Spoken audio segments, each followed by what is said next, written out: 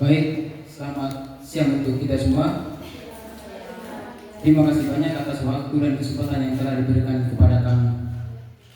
Yang terhormat Bapak Ibu Guru Penguji, yang kami hormati Ibu Agnes Eransoge sebagai guru pembimbing kami, yang kami hormati Bapak Ibu Guru Mas Madron Saudara yang sempat hadir pada kesempatan ini, yang kami kasih dan kami banggakan teman-teman sahabat sekalian. Sebelum kami melanjutkan, izinkan kami memperkenalkan diri kami. Perkenalkan nama saya Panti Ruspeta. Saya Marieta Srasalolon. Saya Wendelina Anutani selaku pembicara saat. Tidak memperpanjang kata, saya memberikan kesempatan kepada teman Wendy untuk skapur siri untuk bab 1. Baik, terima kasih atas kesempatan dan waktu yang diberikan. Sebelumnya, judul penelitian kami adalah pemanfaatan limbah ampas kopi dan air cucian beras dengan penambahan gula merah sebagai pupuk organik cair melalui fermentasi serta pengaruhnya terhadap pertumbuhan tanaman kangkung.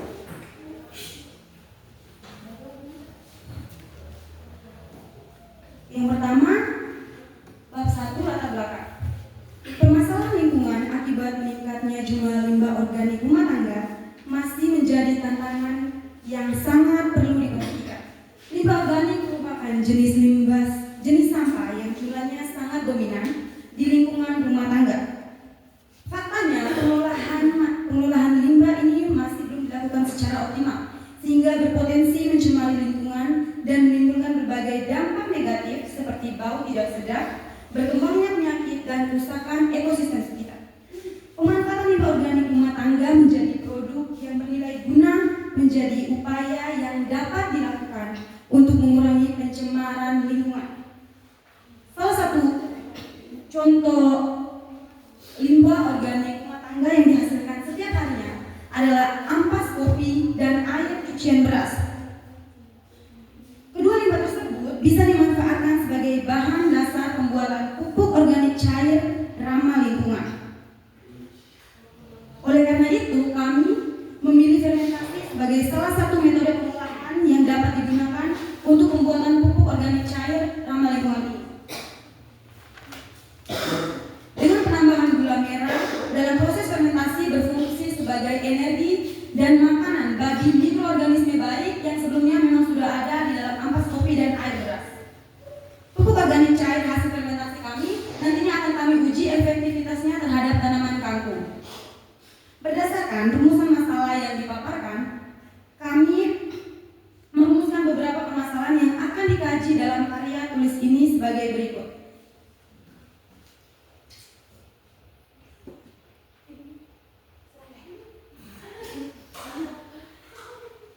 Satu, bagaimana proses pembuatan pupuk organik cair dari limbah ampas kopi dan air cucian beras dengan penambahan gula merah melalui metode fermentasi, mulai dari tahap persiapan bahan, pencampuran hingga proses pematangan pupuk. Yang kedua, bagaimana pengaruh pemberian pupuk organik cair hasil fermentasi ampas kopi, air cucian beras dan gula merah terhadap pertumbuhan tanaman kangkung.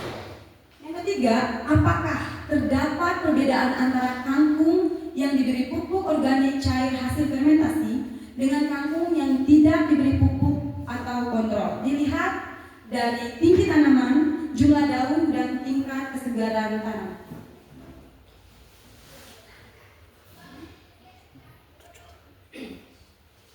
Tujuan penelitian dapat mengetahui proses pembuatan pupuk organik cair. Yang kedua, dapat mengetahui pengaruh pupuk organik cair yang dibuat terhadap pertumbuhan tanaman kangkung. Yang ketiga, membandingkan efektivitas pupuk organik hasil inovasi dengan tanaman yang diberi perlakuan kontrol. Manfaat penelitian. Yang pertama, manfaat teoritis. Manfaat pada penelitian ini memberikan pengetahuan tambahan mengenai pemanfaatan limbah organik sebagai pupuk alternatif serta kontribusinya terhadap tanaman kangkung. Yang kedua, manfaat praktis. Satu, bagi masyarakat. Manfaatnya paling umum adalah mengurangi limbah rumah tangga, menekan biaya pembelian pupuk, dan meningkatkan kesuburan tanah secara alami. Yang kedua, bagi petani, meningkatkan kesuburan tanah, memperbaiki struktur tanah, dan membantu mengurangi penggunaan pupuk kimia secara berlebihan. Yang ketiga, bagi lingkungan, meningkatkan kesuburan tanah, menjaga ekosistem lingkungan, membantu mengurangi limbah rumah tangga, dan mengurangi pencemaran tanah dan air. Yang keempat, bagi peneliti selanjutnya dapat dijadikan sebagai referensi yang berkaitan dengan inovasi pupuk organik cair ramah lingkungan.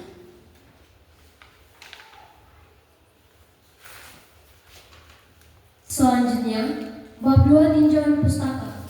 Pada bab ini, kami membahas landasan teori yang berkaitan dengan judul penelitian kami, pemanfaatan limbah ampas kopi dan air cucian beras dengan penambahan gula merah sebagai pupuk organik cair melalui fermentasi terhadap pertumbuhan tanaman kangkung Ipomea rectans.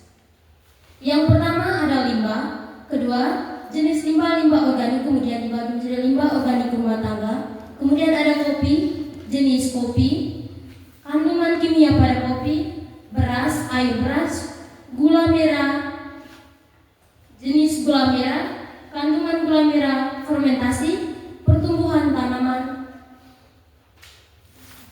dan tanaman yang kami pilih yakni tanaman kangkung. Bapak Ibu penguji bisa lihat dari halaman 6 sampai halaman 15.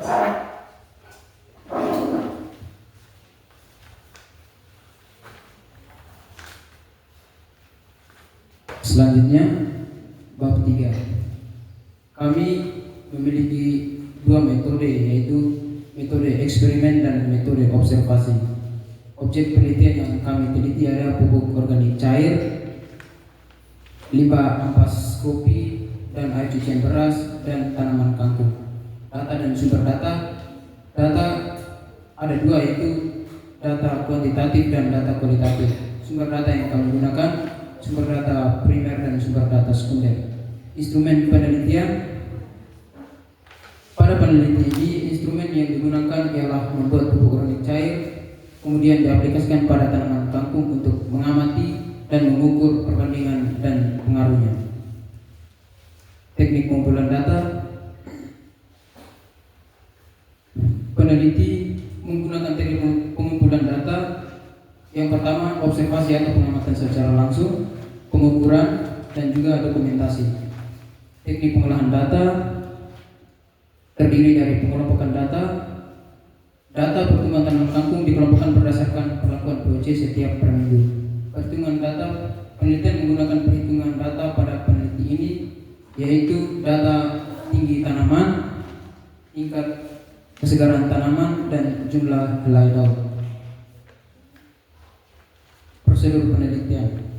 Tahap persiapan itu menentukan judul penelitian, melakukan studi literatur, menentukan alat dan bahan, menyiapkan media tanam, menentukan rancangan penelitian dan perlakuan, menyiapkan instrumen penelitian. Tahap pelaksanaan. Waktu dan tempat penelitian. Peneliti membuat fermentasi pupuk organik cair pada tanggal 20 Januari 2026 dan bertempat di Asrama Santa Teresa Lampura. Penanaman benih kangkung. Peneliti menanam benih kangkung pada tanggal 27 Januari 2026 dan bertempat di Santa Teresa Lampura. Setelah waktu dan tempat penelitian, peneliti melakukan pelaksanaan fermentasi pupuk organik cair. Setelah melakukan pupuk organik cair, peneliti melakukan penanaman benih kangkung. Setelah melakukan penanaman benih kangkung, peneliti mengamati perkembangan kangkung selama setiap minggu. Yang berikut tahap penyelesaian. Pada tahap penyelesaian, peneliti melakukan pengolahan data dari hasil pengamatan yang telah dilakukan selama penelitian. Berdasarkan hasil analisis tersebut, peneliti kemudian menarik kesimpulan dari penelitian yang telah dilakukan.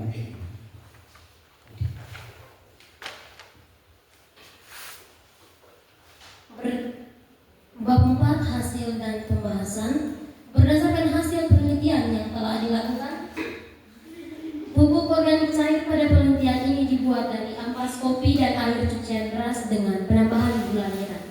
Untuk mendukung proses pematangan fermentasi dilakukan 7-14 hari. Berikut ada alat yang digunakan dalam penelitian. ember, toples berat besar, botol plastik, jerigen, sendok, dan botol ukur. Adapun bahannya, ampas kopi, air cucian beras, dan gula merah. Takarannya, air beras 1 liter, ampas kopi 8 sendok makan, gula merah 4 sendok makan. Perbandingannya diaplikasikan pada tanaman kangkung, yakni 1 ml aqua gelas pupuk organik cair berbanding 1 liter air bersih. Berikut langkah-langkah proses pembuatan pupuk organik cair. Yang pertama, siapkan bahan ampas kopi, air cucian beras, dan gula merah. Kedua, larutkan gula merah dalam 1 wadah. Ketiga, masukkan ampas kopi ke dalam wadah yang sama. 4, masukkan juga air cucian beras. 5, aduk sampai tercampur rata. 6, pindahkan ke dalam botol atau jerigen. 7, tutup botol, jangan terlalu rapat. Tanda hasilnya di sini. Hasilnya coklat kehitaman, aroma tidak terlalu menyengat atau asam manis, dan ketiga, terdapat sedikit endapan.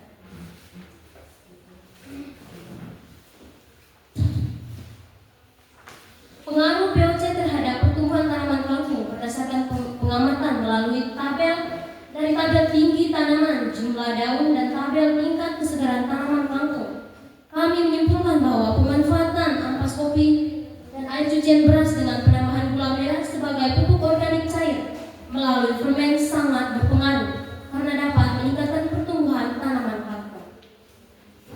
Berikut perbedaan antara tanaman kangkung, pupuk organik cair hasil fermentasi, dan kontrol.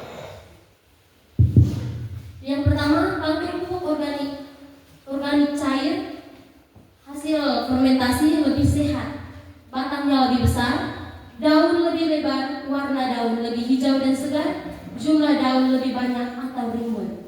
Terus pada tanaman kangkung kontrol, sebaliknya pertumbuhan lambat, batangnya kurus, kecil, jumlah daun sedikit, warna daun pucat kekuningan.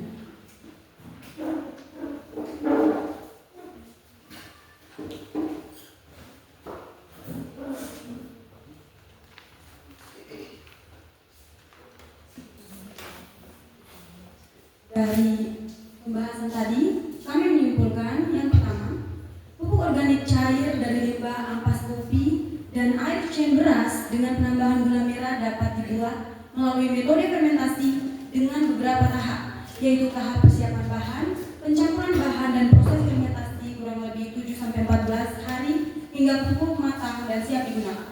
Yang kedua, pemberian pupuk organik cair hasil fermentasi ampas kopi, air cucian beras, dan gula merah memberikan pengaruh terhadap pertumbuhan tanaman kangkung, terutama pada tinggi tanaman, jumlah daun, dan kesegaran tanaman. Yang ketiga, terdapat perbedaan pertumbuhan antara tanaman kangkung yang diberi pupuk dan yang tidak diberi pupuk. Yang diberi pupuk menunjukkan pertumbuhan yang lebih baik.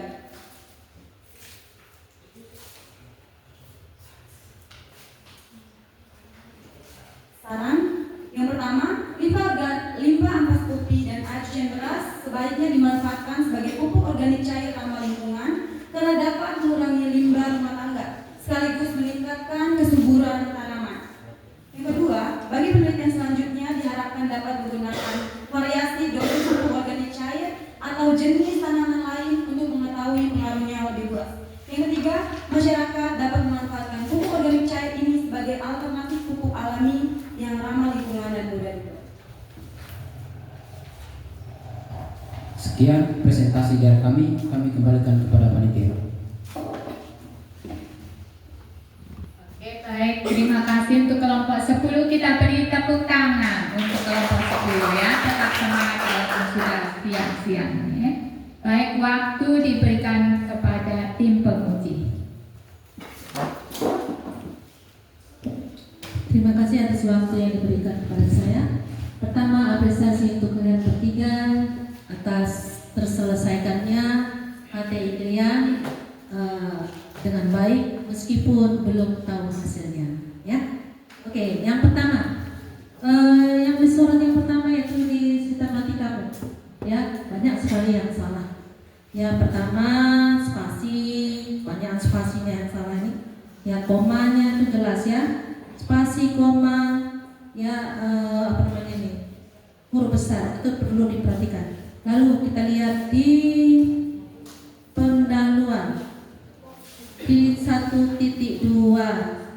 Ini sudah ulang tadi yang di kelompok 9 juga ada. Sekarang saya mau tanya dulu, mengapa Anda menggunakan sistem penomoran? Sistem penomoran seperti 1.1 dan 1.1.1. Apa gunanya penomoran tersebut? Kami menggunakan itu karena sebagai perbedaan antara subjudul dengan judul. Oke, antara perbedaan subjudul dengan subjudul. Ya toh? Oke, di sini di bab 1 kan dikatakan itu adalah pendahuluan, ya kan? Ya kan? 1.1 itu disebut apa? Itu disebut apa? Hah? 1.1 disebut apa? Subjudul. Bab 1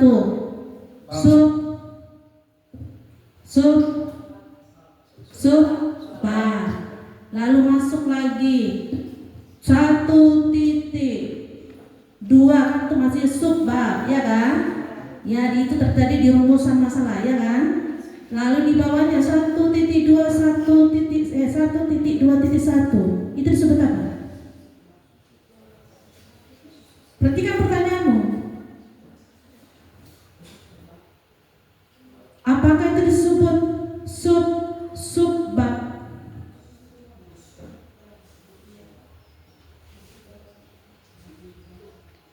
Perhatikan itu, berdasarkan latar belakang di atas maka dapat dirumuskan dengan permasalahan yang dikaji dalam sebagai berikut. 1.2.1 bagaimana proses? Apakah itu disebut subbab atau sebuah pertanyaan? Penomoran angka pertanyaan yang menjelaskan 1.2.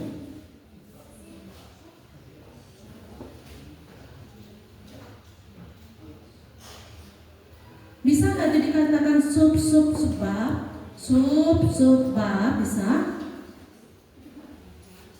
Bisa dikatakan itu subbab. Subbab tuh gini loh dek. 1.1 itu adalah subbab. Subbab 1.1.1. Berarti di 1 kenapa? Karena dia tingkatan pertama. Penjelasan pertama untuk subbab yang di bagian atas. Paham? Kalau subbab 1.2.2 berarti menjelaskan lagi terhadap subbab yang bagian atas. Jelas? Nah, yang di sini bisa dikatakan subbab. Subbab bisa. Coba penjelasan dari rumusan masalahmu dulu.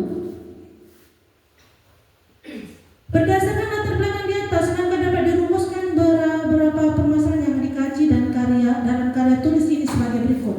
1.21 bagaimana proses? Apakah itu disebut subbabnya?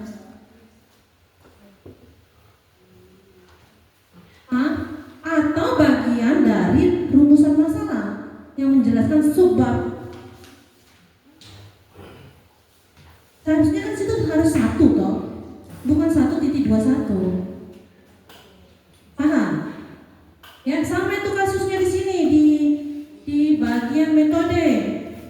Nanti mau salah lagi nih. Bagian metode 3.5 teknik pengumpulan data.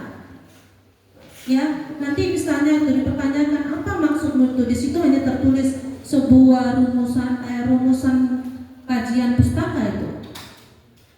Ya, tekniknya apa? Seharusnya 1 observasi, iya kan? 2 apa? 2 pengukuran, 3 dokumentasi, ya kan? Tapi kalau di situ sebagai apa? Ya, paham? Apakah itu disebut subbab? Tidak toh?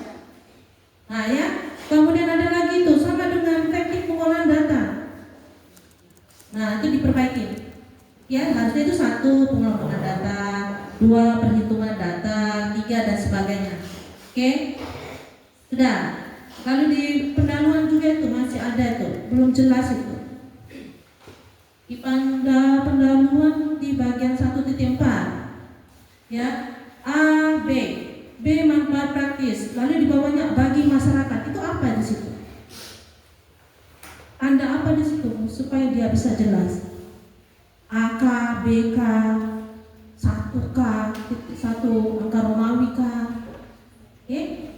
Kalau bisa manfaat teoritis, misalnya manfaat penelitian 1, manfaat teoritis, bla bla bla. 2, manfaat praktis. Ya, manfaat praktis dibagi 2. Praktis itu bisa dibuat A, bagi masyarakat, B, bagi apa itu? Lingkungan, C, bagi penelitian. Supaya dia jelas. Jadi itu artinya penomoran itu gunanya apa? Supaya strukturnya jelas, mudah dipahami oleh orang yang membaca.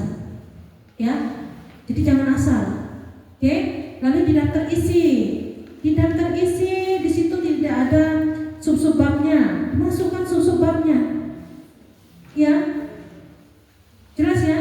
Di penjabaran ada 1.2.1, 2.2 dan sebagainya. Tapi di daftar isi tidak ada. Udah, jelas ya. Oke, kemudian sama juga ya. 1.1 lalu ada sub-subbabnya. Harusnya jangan menjorok ke dalam. Jangan menjorok ke dalam. Tapi pas di bawah 1.1 itu 1.1 lalu 1.1.2 pas di bawah titiknya satunya. Nah, itu sistem penulisan yang benar. Ini kebanyakan ada yang menjorok ke dalam nih. Ya betul tidak? Ya. Perhatikan itu seperti 2.1 itu juga menjorok ke dalam. 2.1 itu harus sejajar dengan apa tuh margin penggaris pinggir itu kan 2.1-nya itu. Nah, oke ya, itu harus diperhatikan baik-baik. Terus pertanyaan tipe. Oke. Di sini di judulmu ini kamu menggunakan penambahan gula merah. Betul? Ya. Jadi pertanyaan saya, mengapa gula merah digunakan ya sebagai bahan penambahannya, bukan menggunakan gula putih atau sumber karbon yang lain? Padahal kan sama-sama gula putih itu kan menghasilkan sukrosa atau glukosa ya sebagai bahan energi untuk pertumbuhan kangkung tersebut. Mengapa kau gunakan gula merah? Kenapa enggak gula putih?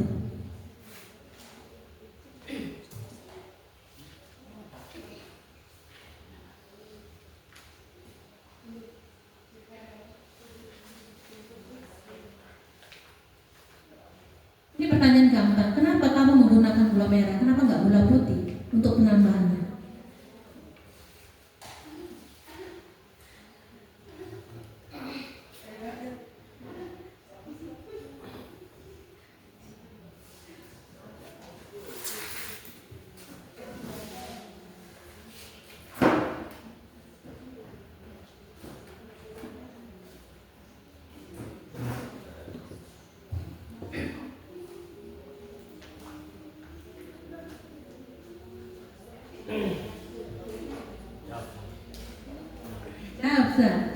Jawablah.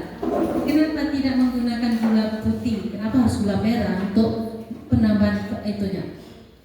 Sebagai bahan untuk fermentasi itu.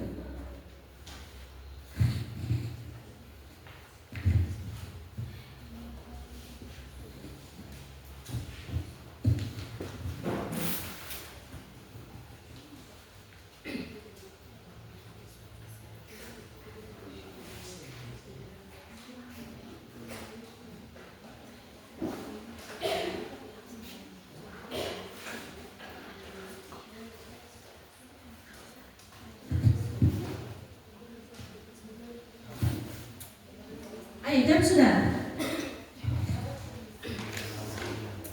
Di mana itu? Ada di mana itu?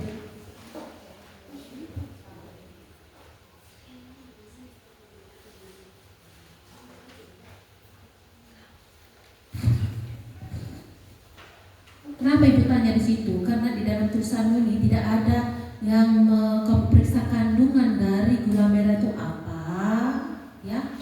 Kemudian apa lagi? Kandungan dari ampas kopi itu apa, sehingga makanya aku tanya kenapa tidak menggunakan gula putih, sama-sama sukrosa loh, sama-sama menghasilkan gula ya. Yang ditulis ini kandungan gula merah itu, gula merah mengandung karbohidrat sederhana, mineral dan senyawa organik alami. Itu tuh menurut Astawan 2020. Kandungan gula merah sederhana sangat efektif sebagai sumber energi bagi mikroorganisme dalam proses fermentasi bahan organik. Kandungan ini menjadikan gula merah berfungsi sebagai sumber karbon dan energi bagi mikroorganisme. Sudah, betul memang. Tetapi kan maka ibu bilang tadi sama-sama penghasil energi toh. Gula putih juga penghasil energi. Pasti ada perbedaannya mereka toh. Di mananya itu? Nah itu yang bertanya supaya kamu tahu, nanti cek lagi ya di rumah ya. Ya, buat sendiri supaya kamu tahu perbedaannya antara gula merah dengan gula putih. Oke? Ya, jadi itu diperbaiki yang Bapak Ibu bilang tadi. Sehingga kamu bisa jelaskan di situ. Ya, oke? Baik, terima kasih.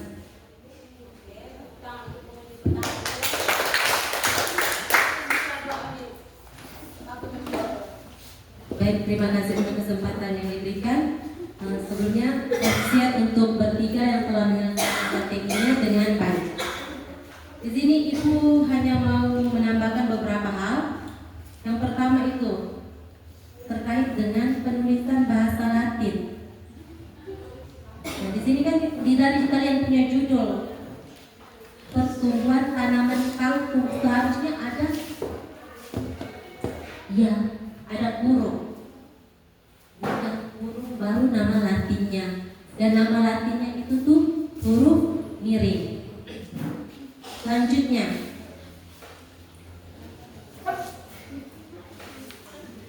di bagian daftar pustaka. Nah, daftar pustaka kalian tuh masih sangat kurang, Ibu lihat. Karena pada tinjauan pustaka tuh banyak sekali nama-nama.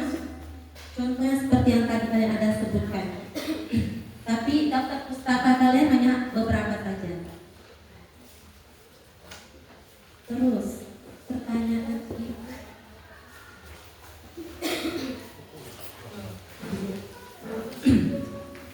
di pengelompokan data.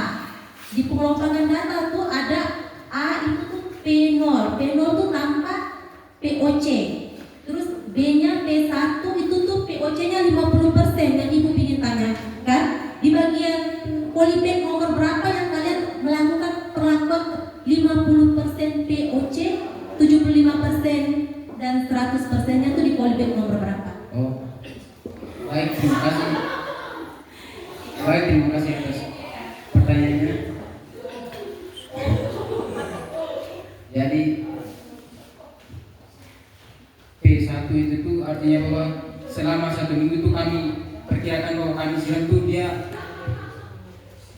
50% pupuk organik cair, lalu 75% itu minggu kedua dan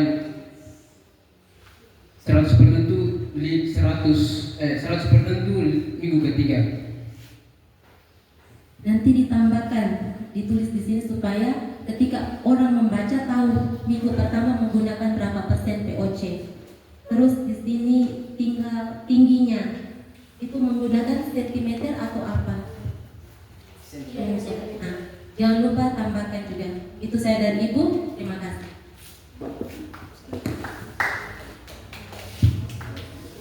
Baik, terima kasih atas kesempatan yang diberikan. Saya mewakili Ibu Agnes Terang Sogen mengucapkan terima kasih banyak kepada dua penguji, Ibu Priska dan Ibu Yanti yang sudah memberikan masukan kepada adik Mariatela Valentinus dan juga Tani. Segala masukan dan kritik saran harap langsung adik-adik perbaiki karena waktu yang diberikan panitia hanya 2 hari. Jadi